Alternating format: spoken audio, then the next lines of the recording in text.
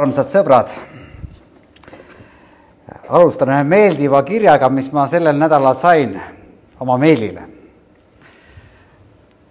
Kus see on? Ja ma loen selle ette, see oli inglise keeles, aga nii ilusat kirja ma polegi saanud tükil ajal ja see algab niimoodi. Kallis Kuldar Järve, tervitan teid meie issanda Jeesuse Kristuse nimel. Ma tean, et minu sõnum võib olla teile üllatusena, sellegi poolest palun alandlikult, et te mulle tähelepanu pööraksite ja mind kuulaksite. Kirjutan teile seda sõnumit suure kurbusega südames. Olen valinud teiega ühenduse võtmiseks internetis, sest see on minu jaoks endiselt parim suhtlemisvahend. Minu nimi on proua Sarah ja siin perekonnanimi. Olen 76-aastane ja abielus Briti kodaniku härra Raimondiga. Minu abikaasa töötas Abidjanis, uurisin, kus kaas on, Elevandiruu rannikul. Töötas siis Abidjanis Ühendriigi kuningriigi saatkonnas. Pensionipõlves hakkas enne oma surma 2007 ta lääneriikidesse kakaod ja kohvi eksportima. On tulnud teil siukseid kirju, ei ole? Kristlane, eks ole, tundub, aga lähme edasi. Olen praegu vähi tõttu haiglas siin Abidjanis.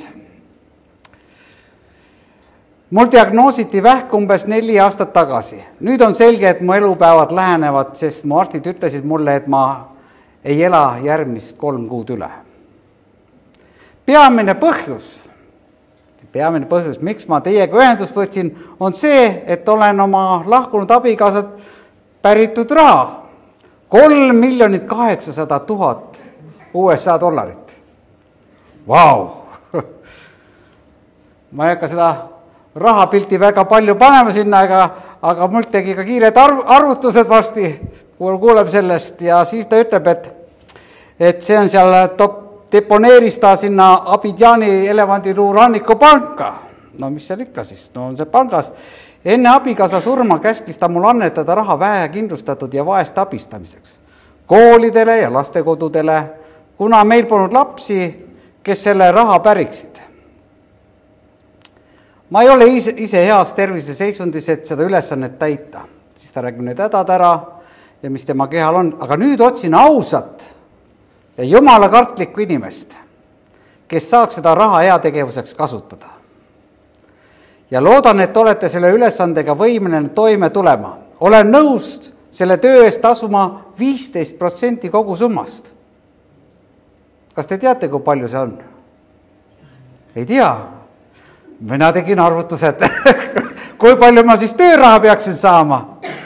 Ja tööraha ma peaksin saama siis 600 000 USA dollarit. Päris hea raha. Palun andke mulle teada, kas saate seda tööd teha, et saaksin teile anda täpsemat teavet selle kohta, kuidas seda teha. Ma ei tea, kas ma pean korstnapühkimisest nüüd loobuma. Saadma oma pangaarved, võib-olla tahab koodi ka, ma ei tea. Aga hindan teie täielikku konfidentsiaalsust ja usaldust selles küsimuses ja täita minu südame soov, sest ma ei taha midagi, mis jääks ohtu minu viimase soovi. No küll on toredad kirjad. Ja sellised kirju tuleb tihti peale. Seekord on nagu juba kristlikku konteksti kasutatud. Aga muidu on teisi kontekste kasutatud. Et on vaja saada see raha kätte, on vaja enne teha üks summa, siis ta saadab mulle tagasi pärast.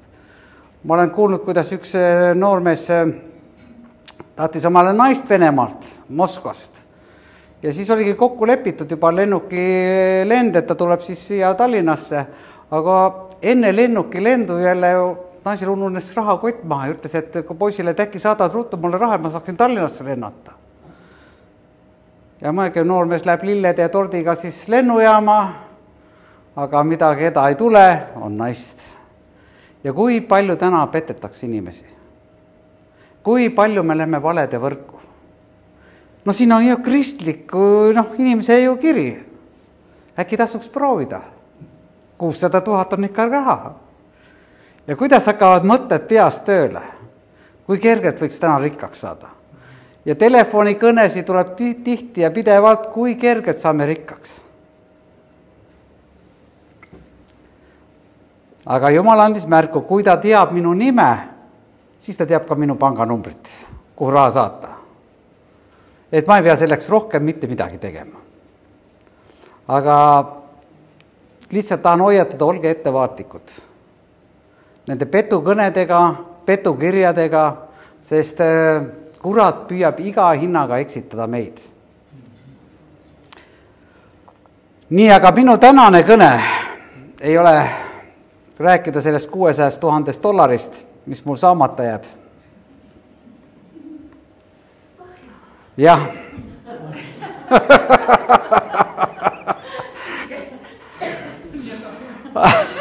Aga täna räägime sellisel teemal nagu uskuda ja usaldada Jumalat. Uskuda ja usaldada Jumalat. Me käisime just Lootusaeg festivalil, nagu kuulsite, eile õhtul 9:30 jõudsime tagasi. 300 inimest tuli sinna ette, inimesed, kes pole ennem kas kirikus vähem käinud või pole käinud, aga tahtsid palvet. Ka meie koguduses Tiia, mina, Merka ja Mirjam olime töös. Me olime töös ja meil oli anti need klipid kaela ja siis mina olin palvenõustajate juhataja ja siis palvenõustajad erinevate gruppidega siis käisime julgustamas inimesi. Ja minul oli au ühe noore armeenlase pärast palvetada, ta rääkis eesti keelt, vene keelt ja armeenia või grusiini pärast. Ja siis ma julgustasin tšikit ja hakkasime rääkima nii, et saime hea jutusoone peale ja siis ma palvetasin tema ja tema ema pärast, kes ta siis sinna juhatas. Nii et üks tore aeg oli. Isegi kui kõik mis oli, aga see juba jättis ühe jälje, et ma sain ühe noormehe eest palvetada ja rääkida talle Jumalast. Aga iseenesest see kontsert ja kõik see oli üli väga ilus. Ja see hall oli nii täidetud, rahvast oli nii palju, et maainimesel hakkas kohe nagu kõhe tunne siukse suure rahva seas olla. Aga tore oli, et see oli ka mitme kiriku peale nagu tehtud, nii luterlaste kui peapiiskop Viilma oli seal tervitamas, seal oli meie kiriku piiskop, baptistivennad ja nii, et hästi tore sündmus oli. Ja täna hakkab see samu sündmus jälle pihta, nii et ma usun, et Aktuaalne Kaamer peaks kajastama seda, sest see oli ka väga rahvarohke. Toodame. Aga enne seda festivali ma käisin siis, ma arvan, ligi 10 uste taga koputamas. Ja rumal on minna, sest valimised on, eks ole, ja siis pead mõtlema, mis teemaga ma räägin ja kui mul on mingid suhkused kutsed, siis ma ütleks jälle, mille poole sa sihid. Ja mõned andsid mulle lootust, et tulevad. 10 inimesed andsid lootust, et nad tulevad. Ma võtsin nende nimed, telefoninumbrid, et kuhu helistada. Kuid eelmisel päeval sain nii palju kõnesi ja sõnumeid, et me ei tule. Ja viimased olid veel 3 inimest, kes ütlesid ära veel. Ja siis ma ühel hetkel jalutasin ja mõtlesin, et miks on inimestel nii raske teha neid valikuid, kui pakutakse kodus olemise eest siuke võrratu võimalus. Sõita tasuta Tallinnasse, festival on tasuta tuuakse tagasi, me kogudusega tegime veel võileibu kaasa kõigile, me olime Mirjamiga nagu stjuardessid, teenindasime rahvast, andsime parima, miks on nii raske otsustada? Ja ma nagu ohkasin oma südames. Ja teate, mis ma kogesin? Jumal ohkas koos minuga. Ja ütles, et ma ka ei saa aru, miks nad ei taha minna. Ma oliksin nagu koos Jumalaga ohkanud seda. Ja samas me püüame kutsuda inimesega kirikusse ja tihti oleme saanud väga erinevaid vastuseid, vabandusi. Üks inimene iga kord, kui mind näeb, kohe tema küsib, oota, millal teil see pühapäeval koguduse teenistus algab? Ja jälle ma pean ütlema 10. korda, see on pühapäeval kell 12, tere tulemast. Aga ma ei ole teda kordagi siin näinud. Vahest on selline tunne, et elage siis oma tahtmises ja minge põrgusse.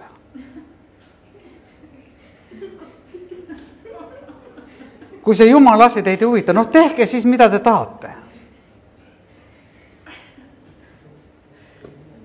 kiriku ukse läbi kuidagi tundub nii kõrge olevat, et sellest üle astuda.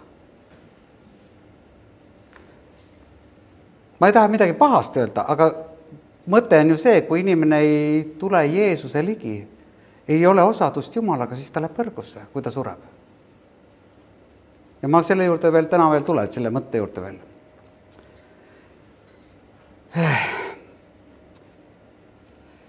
Jah, see nõuab inimeselt midagi tulla kirikusse. See nõuab ja läheb maksma tema aeg. Ja aeg on väga kallis siin elus. Aga see läheb midagi maksma. Ja ma olen ka kuulnud ka siukseid vastuseid, ma ka natukene usun. Ma usun küll, aga on ka teisi asju, mida ma pean väga oluliseks oma elus.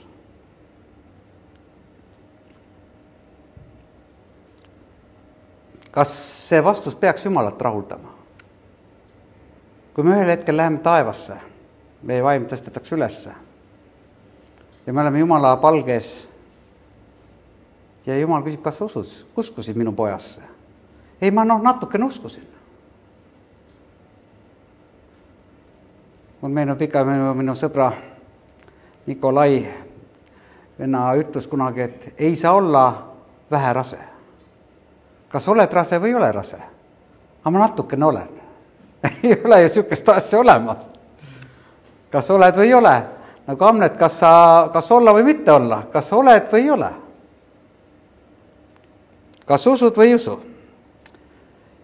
Kas sa toidad oma usku palvega, Jumala sõna lugemisega, osadusega teiste kristlastega, sest seda ususeemet, mis on meis, seda peab pidevalt kastma. Kui sa seda ei kasta, siis lämmatatakse see ära maailma poolt. Ja ma usun, et me ei vaja mitte ainult usku, me vajame ka püha vaimuga täitumist. See on tunnistaja vaim meie sees, see on julgustaja vaim meie sees. Ainult usust võib-olla jääb väheks. Uskuma peab, aga me vajame veel enamat selles usu juures. Me vajame olla täidetud püha vaimuga, et teha õigeid valikuid ja otsuseid. Ja hoolimata mõnest raskest olukorrast elus, me võime ikkagi öelda, et elu on ilus, elu on kaunis. Jumal on selle meie jaoks loonud. Ja kui tulevad mõned raskused, see tulevad selleks, et sellest läbi minna. Ja ma ei saa öelda, et raskusi ei tule või olukord ei tule, ikka tulevad. Aga need tulevad selleks, et me võime Jumala abi kasutada, et sellest läbi minna ja kogeda elavat Jumalat. Sain muidugi erinevaid vastuseid ja vabandavaid vastuseid, miks nad ei tule. Suurim probleem on muidugi argipäeva mured, lapsed. Mul on ka hea meel, kui lapsed tulevad külla kuskilt Tartust, et ma peaksin ka prioriteedid ümber hindama, aga kogudusse ma prioriteedi, see jääb ikkagi selleks esimeseks. Jumal on minu jaoks esimene koht. Teiseks on minu pere. Kolmandaks on minu töö. Neljandaks on minu sõbrad ja hobid. Ja Jumal aitab need prioriteedid meie seest lihtsalt korda panna. Aga inimesed, kes elavad ilma usuta, tõstavad lihtsalt oma argipäeva mured, lapsed, oma tervis, kohustused Jumalast kõrgemaks. Samuti ka üks usu pilkamine. Kas sa käid need hullude seas? Kui keegi ütleb sulle, siis tõmbad kohe tagasi. Ega ma nii hull ka ei ole. Ma natuke vaatan, kuidas see käib. Aga neid pilkamisi tuleb. Aga mida ma teen siis? Ma ei ela täna teiste inimeste elu. Ma elan ise oma elu. Ja ühe korra ma võtsin selle vastutuse oma elus. Ma ei hakka olema sõpradele kuidagi meelepärane. Ma hakkan olema Jumalale meelepärane. Ja hakkasin seda enda sees otsima ja minu elu hakkas muutuma. Ja ühel hetkel need vanad sõbrad, kes kutsusid mind püha jüriks ja hulluks, hakkasid ise nõu otsima. Kuldar, aita meid. Aga ma ütlesin, et mina ei ole kellegi aitaja, mina pole mingi Kaspirovski siin kuidagi aita, ma saan lihtsalt tule kogusema ja näitan sul teed Jumala juurde. Kui sa usud Jeesus Kristuses, sinu elu saab muudetud.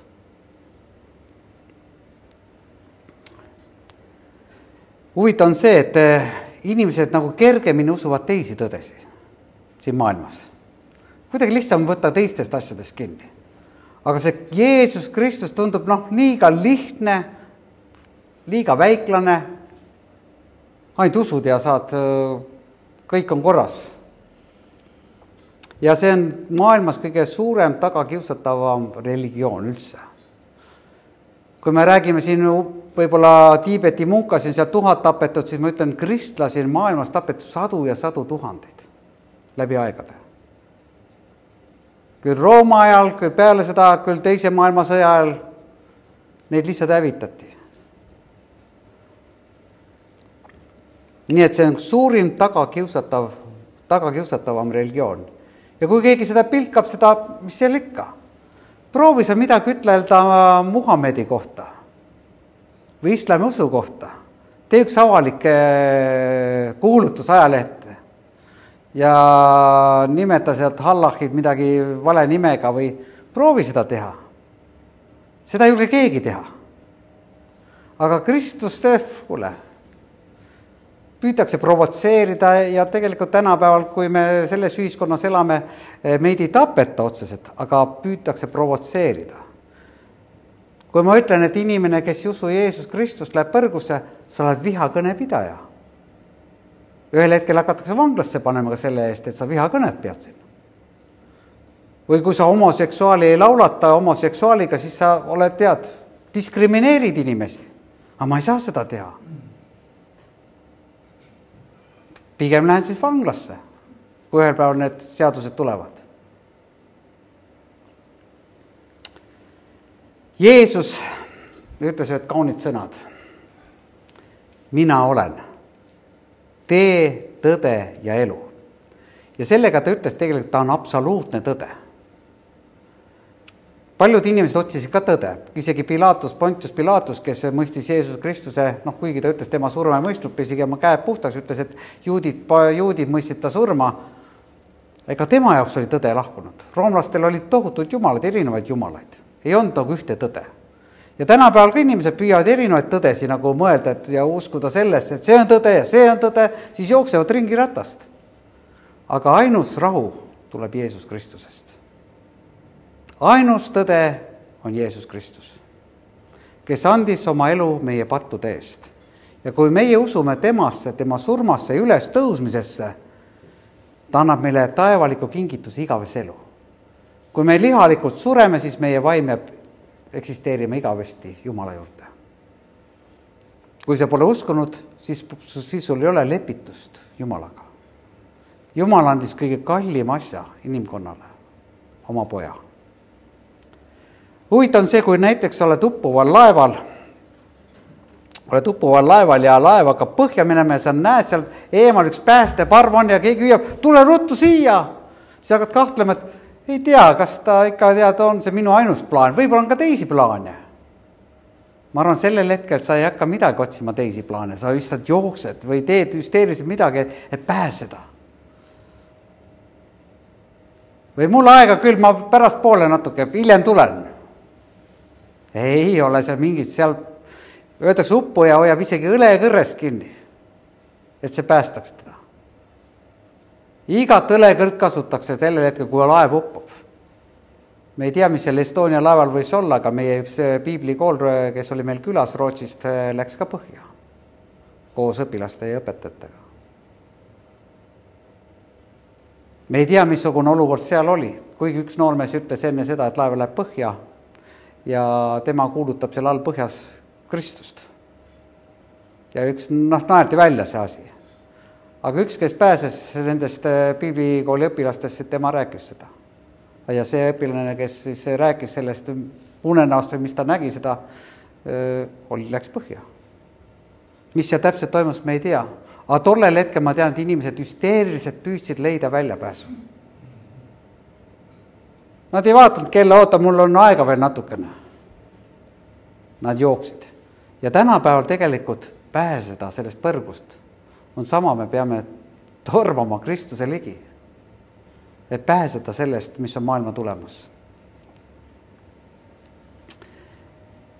Mul eelmine või selle nädal oli meie EKNK juhtkond ka meie kirikus, oli piiskop ja teised sõbrad siin. Ja siis üks hea sõber ütles, et küll Kuldar oskab hästi puhata. ja noh, siin, kus ma tulin, ta ütleb, kui Kuldar oskab hästi puhata, ma ütlesin, et tead, et tulevad ajad, kus me ei saa enam puhata. Ja küll oleks rumal, kui ma ei kasutaks neid hetki, mis Jumal mulle andnud on. Kui tulevad ka raskemad ajad, mul on nii hea meel, ma kasutasin need ajad ära targasti.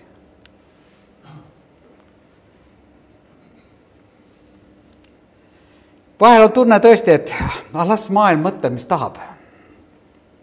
Mina liigun lihtsalt edasi Jumalas. Arendades ja kasvades usus.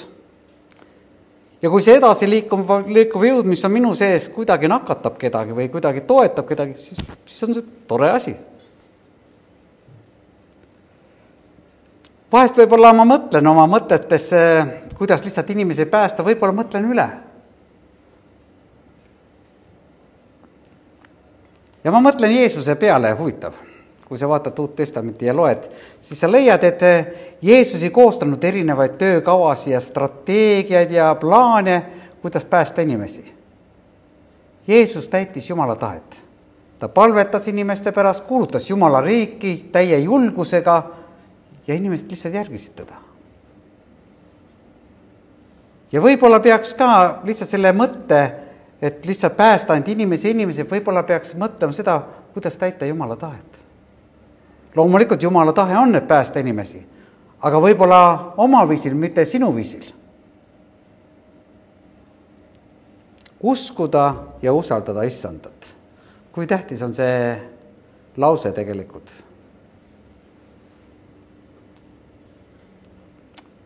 Ma olen korstnapühkjana, käin mööda maju ja mööda peresi ringi ja väga tihti kuulen ka inimestel on hädad ja raskused ja olukorrad. Aga ma vajan ka rohkem pühavaimu julgustust enda sees. Ka mina vajan julgustust, et siis öelda, et ka ma võin palvetada teie pärast. Teha oma asja ära, milleks Jumal mind on kutsunud, kui Jumal annab see sõnumit teha. Ja lihtsalt ega mina ei saa ju tervendada kedagi. Ja kui ma mõtlen, mina kuidagi tervendan ja keegi terveks saanud, ma ei saanudki, ma enam ei pane kellelgi käsi peale, sest see on see vale. Ma teen seda, mis Jumal annab mulle teha. Ja üks huvitav kirjakoht, mis paneb mind mõtlema, et ükski ei saa tulla minu juurde, kui teda ei tõmba Isa, kes on minu läkitanud. Ja mina äratan ta üles viimsel päeval, ütleb Issand Jeesus Kristus. Aga võib-olla tahame me ise tõmmata inimesi. Ja meie tähelepanu lähebki selle peale. Ja me kaotame selle õige fookuse, milleks Jumal meid on kutsunud. Ma ei taha öelda, et meie inimesed ei ole tähtsad. Inimesed on tähtsad Jumala jaoks. Aga tähtis on kuulata vaimu kaudu, mida Jumal kõneleb.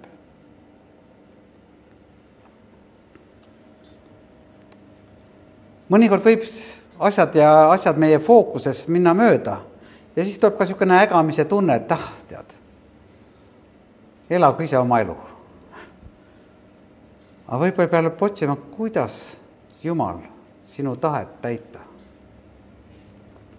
Ja mis on Jumala tahe? Siis sealt igast küsimusest või igast lausest võib arnada jälle üks küsimus, aga kuidas täita Jumala tahet, siis on see minu üks toredamaid kirjakohti, mis ütleb, ärge muganduge selle praeguse ajaga, vaid muutuge meele uuendamise teel, et te katsuksite läbi, mis on Jumala tahtmine, mis on hea, mis on meelepärane ja täiuslik. Mitte muganduda selle maailmaga. See tähendab meele uuendamine, südame läbi katsumine, juurde seda, mis on Jumalale hea.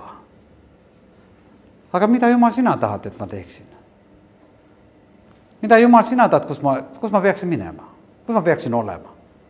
Võid isegi hakata niimoodi küsima, sest tegelikult ka Tiia ütles, et ega palve ei ole ju monoloog, palve on ka dialoog. Et sa räägid Jumalale ja siis kuulad, mida Jumal ka sulle vastu räägib. Keegi alles hiljuti üks evangelist ütles, et see on täpselt siuke tunne, et sa lähed arsti juurde, räägid oma probleemist ära ja siis lööd ukse kinni ja lähed minema. Ei kuulagi ära, mida arst peaks sulle tahaks öelda sulle, mis meditsiini peaks kasutama, aga sa räägid oma probleemist ja lööd ukse kinni, lähed oma ette, oma kodu tagasi. See oleks ju rumalus. Mul tuleb üks tore lugu meelde sellest monoloogist ja dialoogist. kuidas üks noor üliõpilane helistab oma vanemale emale Võrumaal ja hakkab telefonis rääkima, ema, kuule, kas sul kartult on veel salves? No on küll, pane mul üks kotike sinna bussi peale, et mul on toit otsas. Äkki on sul seal moosi ka veel mõned, pane mõni moosipurk ja mõni kurk ja siis ta hakkab rääkima seda, et kas sul raha on veidike, et äkki saaks mind 50 euroga toetada ja räägib sellest asjast ära ja ema ütleb, et aga pojake, kuule, meil oleks vaja kartut võtta järgmine nädal, äkki saaksid tulla. Oota, ma ei kuule, hallo, ma ei kuule. Me räägime oma murest ära, kui teine räägib, siis me ei kuule. Mis on Jumalale hea, meelepärane ja täiuslik ja see oleks meie fookus. Kindlasti on hea piibli lugemine, kindlasti on hea palvetamine, kindlasti on hea olla osaduses kristlastega, usklikega. Selleks on meil ka veel neljapäeval naiste osadus Pärnu maanteel ja meeste osadus on siin iga neljapäeval kell 6, tere tulemast. Et rohkem olla osaduses, et rohkem täituda Jumalaga. Et sa oleksid täidetud püha vaimuga. Et sa võiksid täita Jumala tahet. Muidu me kardame.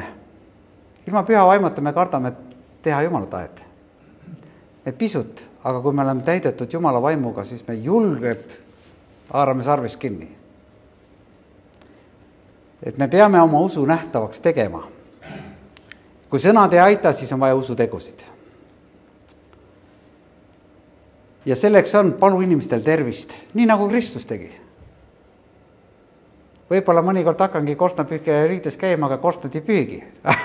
Käima tervist paluma ja inimestest palvetama ja muidu nad sisse ei lase, aga korstnapühke on võib-olla lase paremini sisse mind riietes. Aga see on Jumala tahte täitmine. Palvetada nende pärast, olla kui inimene nende keskel, armastada neid.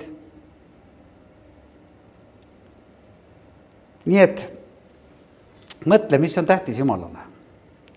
Ja seda on vaja, et me vajame seda usu kasvamist, et meie usk säiliks.